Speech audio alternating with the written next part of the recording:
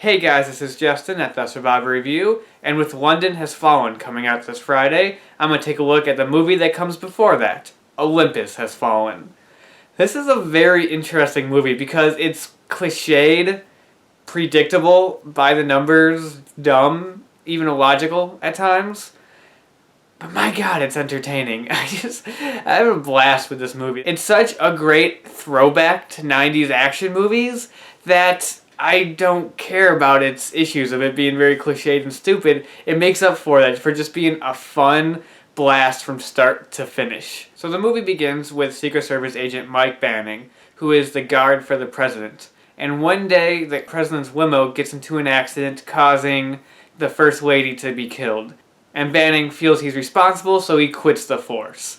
Cut to 18 months later, and during a negotiation with the leader of South Korea, the White House gets taken over by terrorists, and the president is taken hostage. And Banning decides to go in there himself to save the president. And as you can tell by this movie basically being one man stuck in the White House having to save the president, it's similar to a movie you might have heard of called Die Hard. And that's not a problem, actually. That's one of the good things about this movie that makes it so entertaining. One of the things you have to put into perspective, this movie came out in 2013, and it came out 1 month after a certain movie called A Good Day to Die Hard. And this movie is a better Die Hard movie than Die Hard 5. It literally is. If you just replaced Banning with John McClane, this would have been a badass Die Hard sequel that would have been miles better than that crap we got with Die Hard 5. And just seeing this movie right after that movie was just like a breath of fresh air. And what makes this movie work is that it is a hard R action film. This movie feels out of time because it doesn't feel like it's from 2013. It feels like it's from the 90s. If you like 90s action movies, this is the perfect movie for you, because that's what this is. It's just like they found this script from the 90s and just updated some of the technology and then made it today.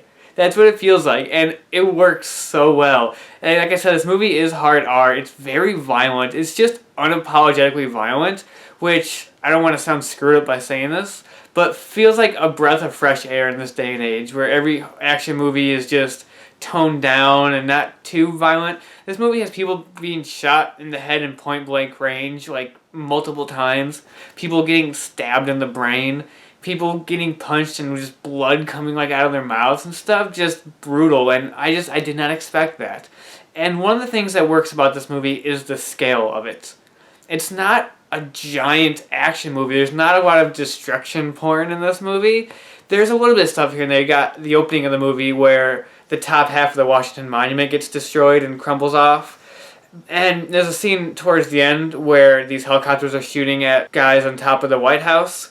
But aside from that, the action never gets too big and too grand, which I really liked. It made it feel better, the smaller scale of it. And that helped the movie just focus more on good fight scenes and good shootouts, which this movie has, and they're all really good and really thrilling. The action's well choreographed. It's not mind-blowing, but it's all really well done. All the fight scenes are all really good and really engaging, which is a good strength of this movie. This movie doesn't try to be too much. Once Banning is in the White House, it's him in the White House fighting these guys. It doesn't do anything too grand or too huge to try to make it epic. This movie isn't epic, and that works in its favor, actually. It works really well. And the other real strong point of the movie is his cast. Gerard Butler as Banning is very good. He's very believable. He's badass. He's really entertaining. He's not the wisecracking John McClane character. He's more blunt and straightforward, but he does have his funny moments. There's a great scene where he's interrogating these two terrorists that I thought was really funny, and I really like that scene. So he's really good as the character. I remember when I first saw this movie, I was like, yeah, I'd watch sequels with his character just doing stuff, because that'd be awesome. Which is actually what we're getting, so I'm okay with that. Then Aaron Eckhart as the president I thought was really good. You really buy him as the president. You can see him as the president. He does it really well. The only problem is he doesn't really do anything. Since he's the hostage, basically, he spends the entire movie just tied to a pole, really. And it kind of sucks, but he's good in the part. Then there's Morgan Freeman as the Speaker of the House, who becomes the acting president in the movie. And he's Morgan Freeman, so he's great, of course. He has a lot of great speeches and a lot of great moments like that, great presidential moments. And he's awesome. So the cast is all solid. All the action scenes are all solid. Yeah, it's flawed. Of course, this movie is riddled with cliches. You can see where we can see where the movie's going just from the start. It really is obvious. There's a scene in the movie where Banning is on a walkie-talkie with the bad guy, talking to the bad guy. Where have you seen that before? I wonder.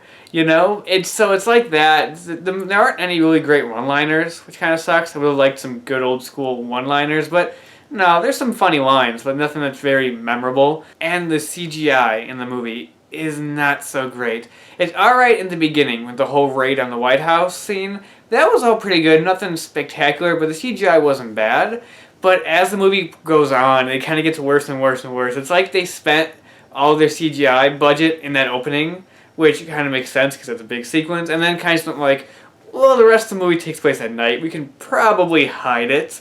And it's noticeable. And that one scene that I really was not a fan of, where the helicopters attack all the shooters on the roof, and it turns out that the terrorist hacks the super like machine gun that pops up there, and that I didn't really like that sequence because again it took away from the smallness of the movie, the confinedness of the movie. So I didn't like that sequence, but also the effects were not good. And then there's the one scene where Banning falls through the hole in the roof and the shot kind of follows him down, and that did not look good. And just so the effects, the CGI were just not very good. A lot of CGI blood at times, which I'm not a fan of. I'm okay with it in certain aspects, but I'm not too big on CGI blood.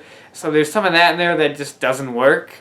And even though I get past some of the stupidness in this movie, some of it I just look past it because it's entertaining enough. But the way that the terrorists were able to siege the White House so fast, so easily, it was really stupid. It really made like the Secret Service and all them just seem incompetent. The fact that there's a scene where the villain literally brags that it took him 13 minutes to siege the White House is kind of bad. It was just like, nah, I don't buy it.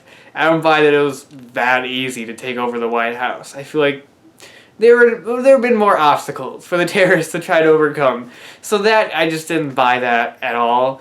But that being said, that scene works. One of the good things about this movie is the tone. The movie has a serious tone, which works in its favor, because if it went for like a lighter tone, you wouldn't be able to buy the situation too much. That whole opening scene of the terrorists just like taking over the White House was very dark, like darker than I expected, with like civilians just getting shot like around the streets. I was like, what the hell? That was unexpected. And I thought that was really well done. So I feel the serious tone works in its favor. So out of 10, I'm going to give this a 7.5 out of 10. Overall, just a very entertaining throwback action movie. Again, this was not the type of movie I expected to see in 2013. You know, just it was very old school, and that's what made it great. It was a great throwback movie without trying to be. You know, like how the Machete movies are trying to be throwbacks to 70s Grindhouse movies, but it just tries too hard.